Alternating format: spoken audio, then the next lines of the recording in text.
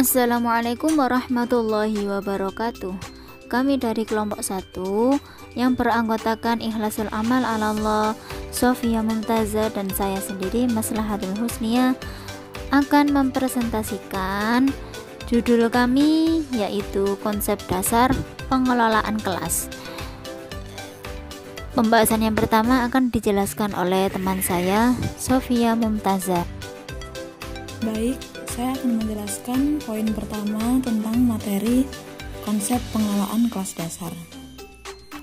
Jadi, beberapa ahli memiliki definisinya masing-masing terkait pengertian pengelolaan kelas dasar.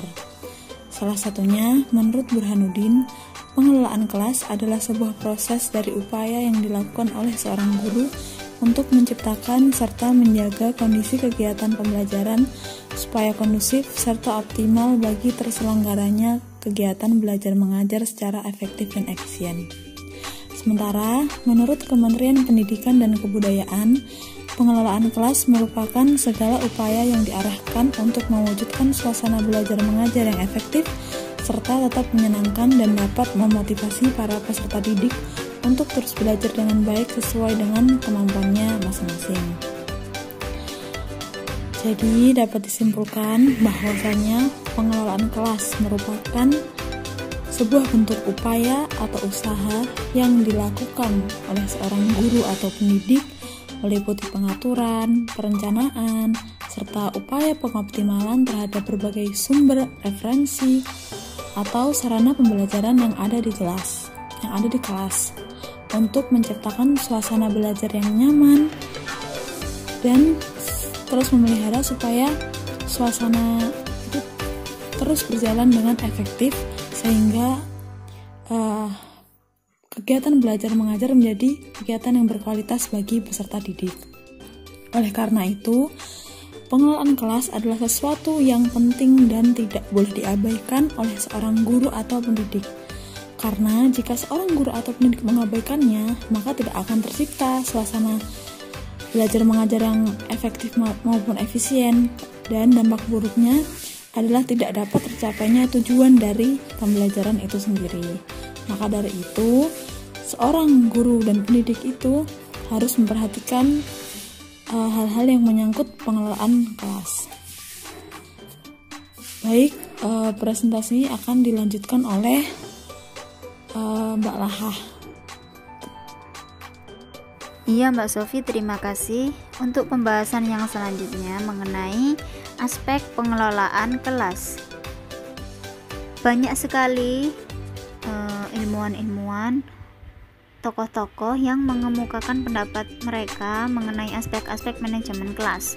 Yang pertama, menurut Udin Saifuddin, aspek-aspek manajemen kelas meliputi 1. Kegiatan administrasi manajemen. Suatu kelas harus ada upaya untuk menciptakan kondisi kelas yang diliputi dorongan aktif secara terarah yang dikembangkan melalui kreativitas dan inisiatif siswa dalam sebuah kelompok. Ini juga terdiri dari 1. Perencanaan, 2. Pengorganisasian, 3. Pengarahan, 4. Pengkoordinasian, 5. Pengkomunikasian, dan yang terakhir pengontrolan. Yang kedua, kegiatan operatif manajemen.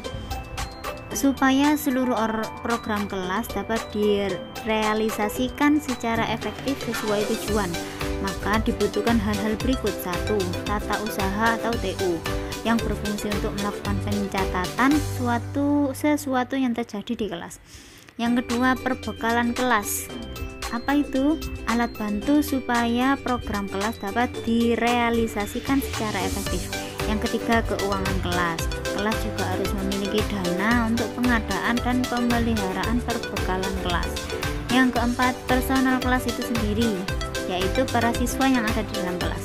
Yang kelima, kehumasan atau yang menyelesaikan urusan yang berhubungan dengan wali murid. Yang kemudian, menurut Lois V. Johnson dan May Eni, aspek-aspek pengelolaan kelas meliputi 1. Sifat-sifat kelas, 2. Kekuatan pendorong kekuatan kelas, yang ketiga memahami situasi kelas, yang keempat bertindak selektif, yang kelima bertindak kreatif, Yang keenam, memperbaiki kondisi kelas, dan masih banyak sekali pendapatnya tokoh-tokoh mengenai aspek-aspek pengelolaan kelas ini. Pembahasan selanjutnya akan dilanjutkan ke saudara ikhlasul amal Allah.